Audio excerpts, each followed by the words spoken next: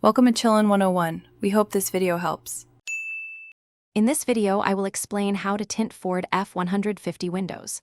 First, gather your essential tools like tint film, a spray bottle with a mild soap solution, various squeegees, and a sharp utility knife.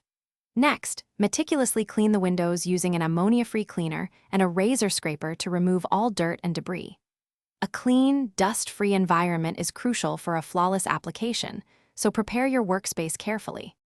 Now, accurately measure your F150's windows and cut the tint film, leaving about 1 inch of excess around the edges for trimming. Generously spray both the window surface and the adhesive side of the film with your soap and water solution. This slip solution allows for easy repositioning. Carefully place the wet film onto the window, starting from the top and slowly working your way down, ensuring proper alignment. With the film in place, use a squeegee to firmly push out all water and air bubbles. Start from the center and work towards the edges, overlapping your strokes. Next, carefully trim any excess film using a sharp utility knife, leaving a small, consistent gap around the edges.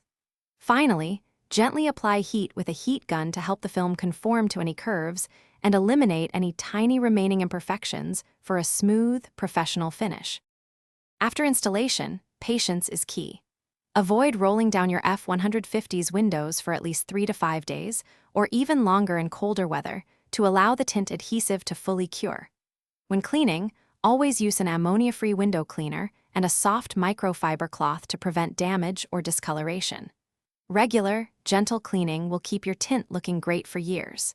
And for more great deals, including a link to the new Kindle Paperwhite, check out the description below.